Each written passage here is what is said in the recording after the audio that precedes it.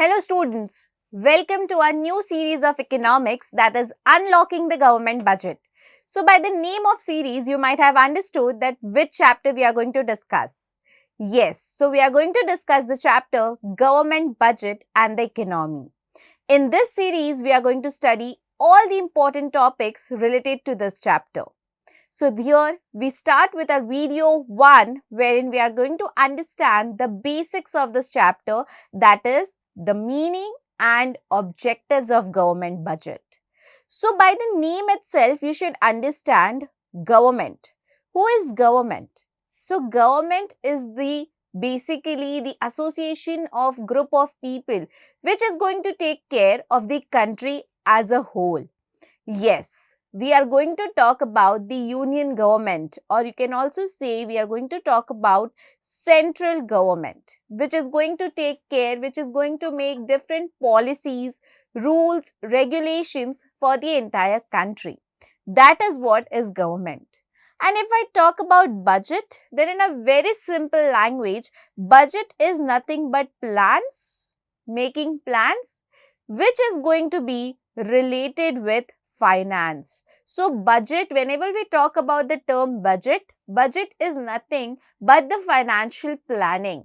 We all make budget at our house, at our home. Yes. Same way, government also prepares a budget wherein government is going to discuss all about the financial planning. How are they going to spend their finance? How are they going to spend their money? In the form of expenses or in the form of receipts. So everything related to government budget we are going to study under this chapter. So first of all, let us begin with it by introducing to the government of budget. How are we going to introduce government budget? So as I already said, government is nothing but the central government who is going to take care of the entire country. And budget is nothing but financial planning. That means all the finances which government has, how government is going to make the plans, how the government is going to spend that money on the public, on the people of the country. So let us understand the meaning of it first of all. So every government will aim at maximizing the welfare of its country. We should know this, that every government, the aim of the government is always going to be welfare. It is not going to be profit motive. Government does not think about the profit, it thinks about the welfare of the entire country. Government always plans for the good things or good things to happen for the entire country. It will always think and always plan for the welfare of entire country. So yes, major objective of every government is to maximize the welfare of the country. It would always want its country to be welfare. It will always want its country to be doing good. So that is why first and the foremost thing we see is every government aims at maximizing the welfare. Then they say that it requires several infrastructural, economic and welfare activities. So in order to maximize the welfare of the country, government has to go through lots of procedures for developing infrastructure, developing the economic condition and bringing in more welfare activities. Infrastructural can be like electricity, water supply, sanitation, bridges, dams, road, etc. So basically government has to focus on all of these things in order to maximize the welfare of the country. Also it has to think about the economic activities of the country, production, supply of goods and services, everything related to that. All these activities require huge expenditure to be incurred. Definitely. If I want government to increase the welfare of the country, then I said it will include infrastructural activities, economic activities and other welfare activities. So in infrastructure, we talked about electricity, water supply, sanitation, constructing of bridges, roads, dams, etc. So in all of these things, government is going to incur huge expenses, right? There is going to be huge expense of the government in order to improve all of these things of the country. So this is where the expenditure, huge expenditure is going to be coming. This requires appropriate planning and policy of the government. Very important, two important things: to make proper plans and to make proper policies. Since government is going to incur huge expenditure for maximizing the welfare of the country, two things government must ensure, that is making proper plans and making proper policy. And solution, or you can say something which will help in doing this, is nothing but budget. Making proper plans, proper activities, proper policies for all of these things to go very smoothly and function very nicely. One and the foremost thing which is going to help in all of these things is budget. That is what is budget. So a budget is a document, very important. What is budget? It is nothing but a document containing detailed programmed and policies of action for the given fiscal year. Fiscal year is nothing but your financial year. Financial year can also be called as fiscal year or accounting year. So a budget is nothing but a simple document which will be containing all the detailed programs and policies which are prepared by the government for one financial year or fiscal year or accounting year. Then, what is the meaning of government budget? This was just a simple introductory part. Now, what is the meaning of it? If I go and look towards the meaning, what does it mean? So, government budget, very important, is nothing but an annual statement showing item-wise estimates of receipts and expenditure during a fiscal year. Very important to understand the meaning of government budget. Government budget in a very simple language is nothing but an annual statement which is going to show or which is going to depict all the expenses and all the receipts of the government during one financial year or one fiscal year. Receipt and expenditure which are shown in budget are not the actual figures but the estimated value for the coming fiscal year. So, whatever this annual budget will be containing, whatever information this annual budget is going to contain is just the estimated values. These are not going to be the actual values. These are just the estimated values. For example, government feels or government says that we are going to construct bridge in the upcoming financial year. And to construct this bridge, I am going to expense or I will be going through the expense of 1 crore. So this is just an estimated value. The actual value might be more than it, less than this or equal to it. That is another part. But it is just an estimated value which the government is estimating that in the upcoming year or in the next financial year we will be constructing a bridge, and to construct a bridge I am going to incur 1 crore rupees. Okay, so this 1 CR is just an estimated value of the government. It is not the actual value. So fiscal year is always taken from 1st April to 31st March. Always remember, fiscal year or financial year is always considered from 1st April to 31st March. Fine. Very simple. Government budget is nothing but a statement. It's an annual statement which is going to show all the expenses and receipts of the government. Okay, and all these expenses and receipts are the estimated value and not the actual value, wherein I also gave you one example of this bridge. And fiscal year is always considered from 1st April to 31st March. Now, few important points regarding the government budget. First, budget is prepared by government at all the levels. So, when we talk about government, there are 3 different levels of government. That is, I'll show you. It is local government, state government and central government. Local government can be of your local districts. State government is the government of a particular state, and central government is the union government, which is basically for your entire country. So in this chapter, that is government budget and the economy, we are going to talk about just central government. We are not going to focus on local government or state government. We are just going to talk about central government, which is also called as union government. So our complete focus is going to be on union government or central government, right? So government at all levels, central government, state government and local government prepare its respective annual budget. So when we talk about budget, budget is prepared by all the levels of government, be it be a local, state or central. Okay, but here as I said, to be very specific, in this chapter we are going to be talking about just the central government. Second important point, estimated expenditures and receipts are planned as per the objectives of the government.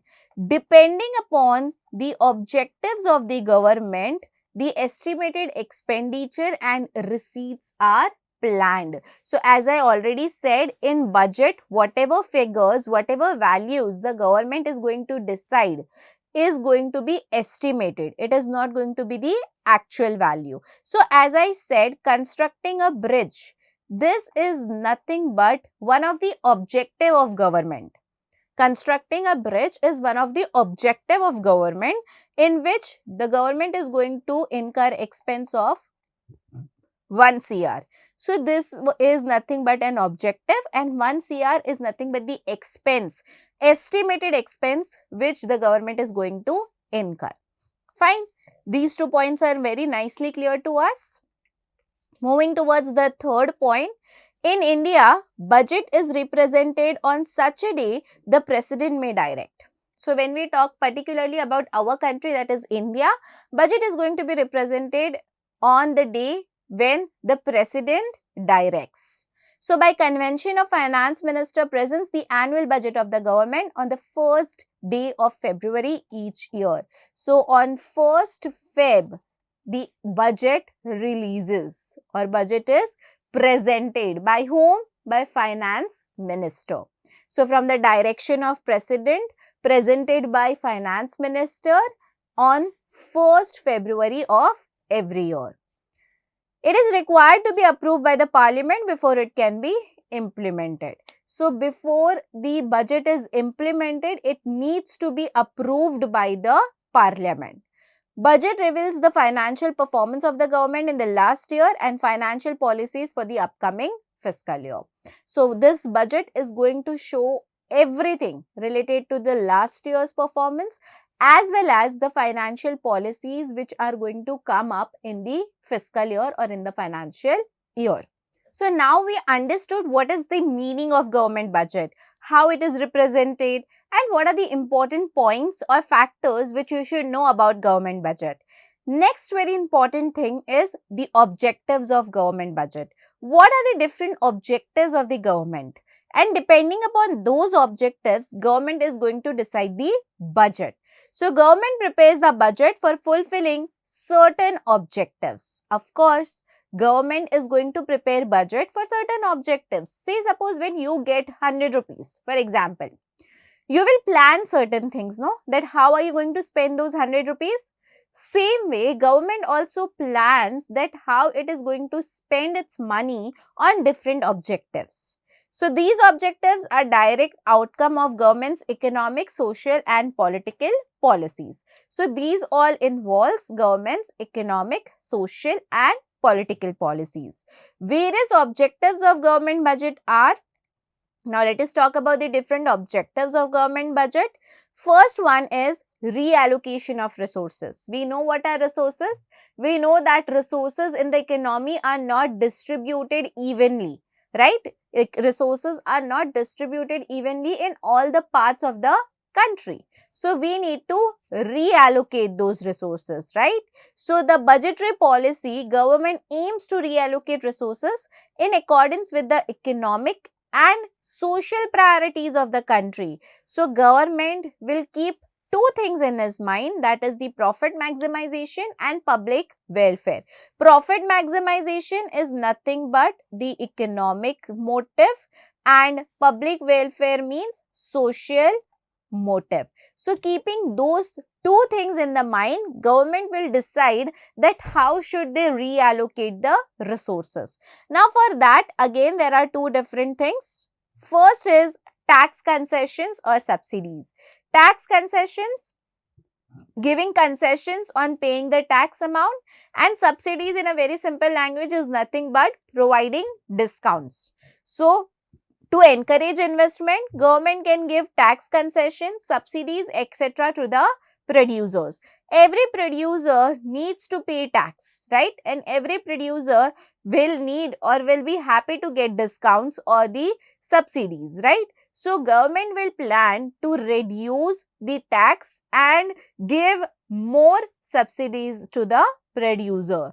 Example, government discourage the production of harmful consumption goods like liquor, cigarettes, etc. So, through heavy taxes, encourages the use of khadi products by providing subsidies. See, government will keep two things in mind. It will increase or decrease the taxes, or it will increase and decrease the subsidies. So, it will increase the taxes for preparing harmful products like cigarettes and liquor. So, what will happen? People will consume less those harmful products. And through heavy taxes, what will they do?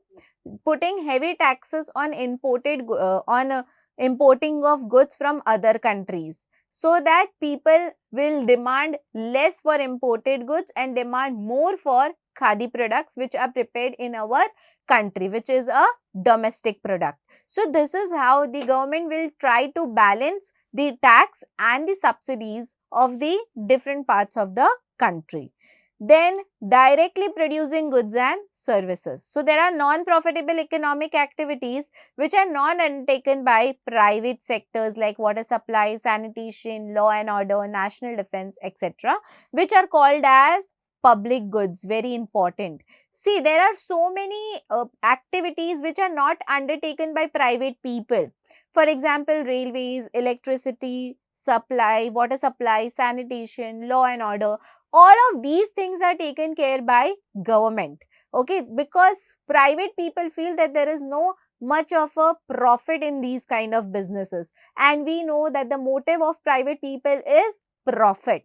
So there are such activities, or there are some activities which are undertaken only and only by the government, and those goods are basically called as public goods. So such activities are necessarily undertaken by government in public interest and to raise the social welfare. So when we talk about public goods, public over here means nothing but government. Government goods, goods which are produced by the government, and government will produce these goods in order to increase the welfare of the country. Here the motive of government is not the profit motive but the social welfare. So that is why public goods are going to be generated by government. So that is why we say public goods must be provided by the government. Two very important features of public goods. So again, what are public goods? Goods which are produced by the government. First, public goods are non-rival. So non-rival. Non-rival means, see, there are two terms, rival and non-rival. Rival means what? Those goods which can be used by only one single consumer. Whereas non-rival means those goods or those services which are used by multiple consumers, right? The benefit of public goods are available to all and are not only restricted to one consumer. Take the example of railways. Railways are not restricted to anyone. Anyone who have the paying capacity can go and use the railways, can go and travel in trains, right? So railways are something which can be used by everyone. There is going to be no restriction for any consumer. So railways, then the example we can have is public parks, wherein the benefits of park will be available to all. So public parks, railways, all of these things are something which is a public good because it is provided by the government for the welfare of the country, and as well as it is considered as non-rivalous goods because it is not restricted to any one consumer or any one particular consumer. It is going to be used by all the people living in that particular country. And second is public goods are non-excludable. That means you cannot exclude anyone from consuming that public good. Everyone is allowed to consume the public good which has been provided by the government. So in case of public goods, there is no possible way to exclude anyone from enjoying the benefits of the good. Nobody can exclude the benefit of that good. Everybody is going to be included. We cannot exclude anyone from consuming that particular good. So due to this reason, public goods are also non-excludable goods. So they are also called as non-excludable or non-rivalous goods.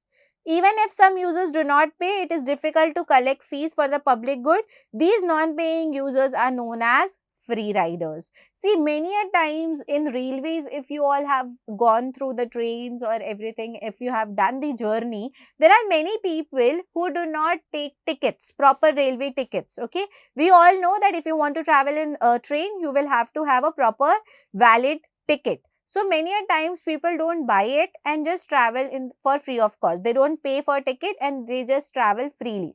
So such kind of people are called as free riders, who are not going to pay any penny for traveling in that train. Okay, even if the cost is minimal, still they will not pay it and buy the proper valid ticket and they will just travel for free of cost.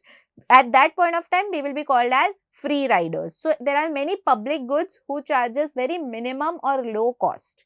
Okay, still people do not pay it and use it, and that time they are called as free riders. So this is public goods are non-excludable. Second objective is reducing inequalities in income and wealth. Government will always aim for reducing the income inequalities. As I already said, the income distribution in all the parts of the country is uneven. It is not distributed equally. So wealth and income is not distributed equally. So government will try to reduce this inequalities amongst the different part of the country. So economic inequality is an inherent part of every economic system. Government aims to reduce such inequalities of income and wealth through its budgetary policy. So this unevenness is going to be there in every part of the country. So government will objectify or government will aim to reduce this inequality. So government aims to influence distribution of income by imposing taxes on the rich and spending more on the welfare of the poor. Say suppose part A, part B. Here there are rich people, here there are poor people. So here government will increase the taxes, take more money from rich people and will spend it on the poor people by doing the welfare for them, so by providing welfare to them. So reducing income inequalities and wealth is the one of the very important objective. Now it will reduce the income of rich and raise standard of living of the poor. So inequalities in the distribution of income. So when government does these activities, it will increase the standard of living of poor people. So free LPG connection under Pradhan Mantri Ujjwala Yojana and food grains at very nominal price to the BPL families, below poverty families by the government helps to raise quality of life of the BPL population. So one of the very basic thing what government does is it provides LPG cylinders for at subsidized rate or discounted rate to the poor people, to below poverty line people, so that they could also afford the LPG cylinders. Third is economic stability. Maintaining the stability of economy means absence of large scale fluctuation in price. When your economy can be stable. So your economy can be stable when the prices of goods and services are stable. They do not fluctuate very easily. When the prices of goods and services do not fluctuate very easily and they are stable. So economy should be not in inflation situation, neither it should be in deflation situation. It should always be in a balanced situation. So such fluctuations will create uncertainties in the economy. If there is any fluctuation like inflation or if there is any fluctuation like deflation, it will create uncertainties in the economy, which is not a good thing. So, government can exercise control over this fluctuation through taxes and expenditure. So, government can take two decisions regarding taxes and expenditure in order to make the economy stable. Inflationary tendencies emerge when AD is higher than AS. Already we have studied about it in our previous chapter while we were doing income determination and employment. So there is an inflationary situation when AD is more and AS is less. Government can bring down AD by reducing its own expenditure. So government, we know how to bring down the situation to AD equal to AS, because we want our economy to always be in equilibrium situation wherein my AD is equals to AS. So if there is a situation of inflation, government will have to control some of its expenditure and bring back the economy into equilibrium level. And again, while deflation, increase in expenditure, give tax concession and subsidies. So, deflationary situation arises when AED is less and AS is more. So, again, to bring back the economy at equilibrium level, government will have to increase its expenses, give more tax concessions and give more subsidies to the people. Policies of surplus budget during inflation and deficit budget during deflation helps to maintain stability of prices in the economy. Other way to maintain the price of the economy is bringing up different kind of policies in your budget. So, surplus budget, inflation, deficit budget, all the kind of budget, you have to bring out different policies. Management of public enterprise is our fourth objective of the government. So, there are large number of public sector, there are large number of companies which belongs to government. Such enterprises and providing the objective of making various provision for managing such enterprises and providing them financial help. So, there are so many government enterprises right now in the country. All those government enterprises, all those public sector needs to be maintained. So, again, government is going to maintain all those enterprises and also give them financial assistance. So, there creates a natural monopoly. Natural monopoly means what? Single. Mono means one or single. Poly means seller. So, this situation creates natural monopoly. So, it exists when a single firm can produce goods and services at a cost which is lower than that of many competing firms. Government operates, manages and controls natural monopolies like railways, post offices, electricity, etc. in order to promote public welfare. So, as we already discussed that there are so many sectors, so many industries which comes under government which cannot be provided by any private people. For example, railways. If tomorrow I want to go and start my own railways, I cannot do that, right? Because railways comes entirely under the part of government. So, that railways ultimately, intentionally or unintentionally, it creates the natural monopoly. Even if the prices of tickets are rising, people are going to use it, right? Because people are going to use the trains, people are going to travel in trains. So, that is how the natural monopoly is created. And next objective is economic growth.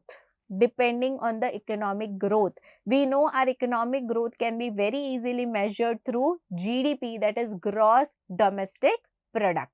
So, again, it is the responsibility of the government to make sure that our GDP is improving. When our GDP improves, basically our economy grows. So, economic growth implies a sustainable increase in the real GDP of an economy, that is increase in volume of goods and services produced in economy.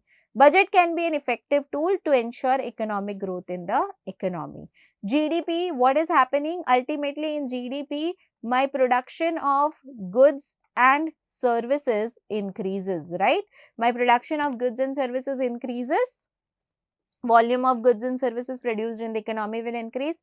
When this will increase, my GDP will increase. Of course, and increasing GDP is a very good symptom of the improvement of the country. So, yes, so budget can be or budget will be a very effective tool in order to make sure that your economy is growing positively. So, these were the 5 objectives. If the government provides tax rebates and other incentives for productive venture and projects, it can stimulate saving and investment in the economy. One of the ways is providing tax rebates. Tax rebates is nothing but tax returns. Providing tax returns to the people, and so that they will like to do more savings and more investments.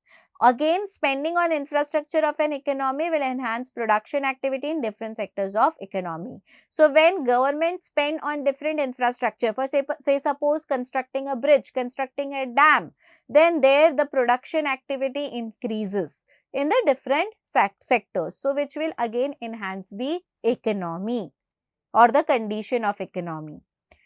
Government expenditure is a major factor that generates demand for different type of goods and services in an economy, which induces growth in private sector too.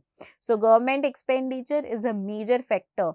Government expenditure is a very important and the most important factor which will help in generating the demand for different types of goods and services in the country, which will increase the demand for private sectors as well.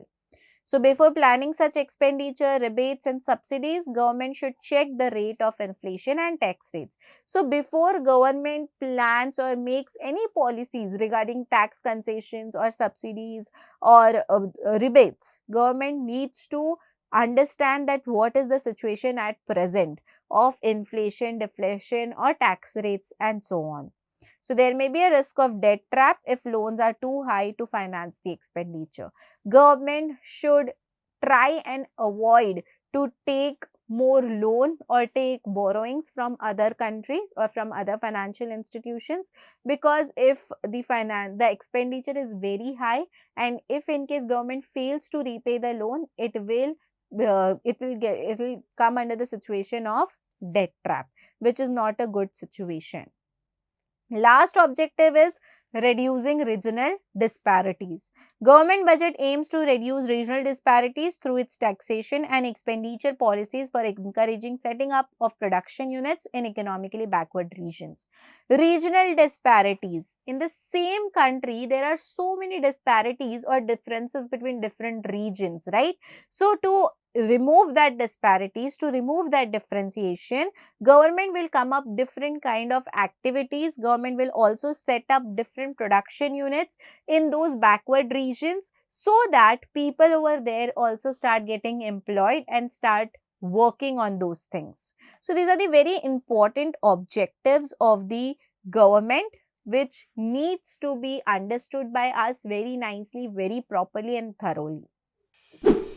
Thank you for watching our video. For more updates, reach us on www.tgcampus.com or 1800-267-2677 or connect@tgcampus.com. Like and subscribe to our YouTube channel TG Campus In. Follow us on Instagram, Facebook and WhatsApp. Join our official Telegram channel TG Campus In. Chat with us on 8655682401.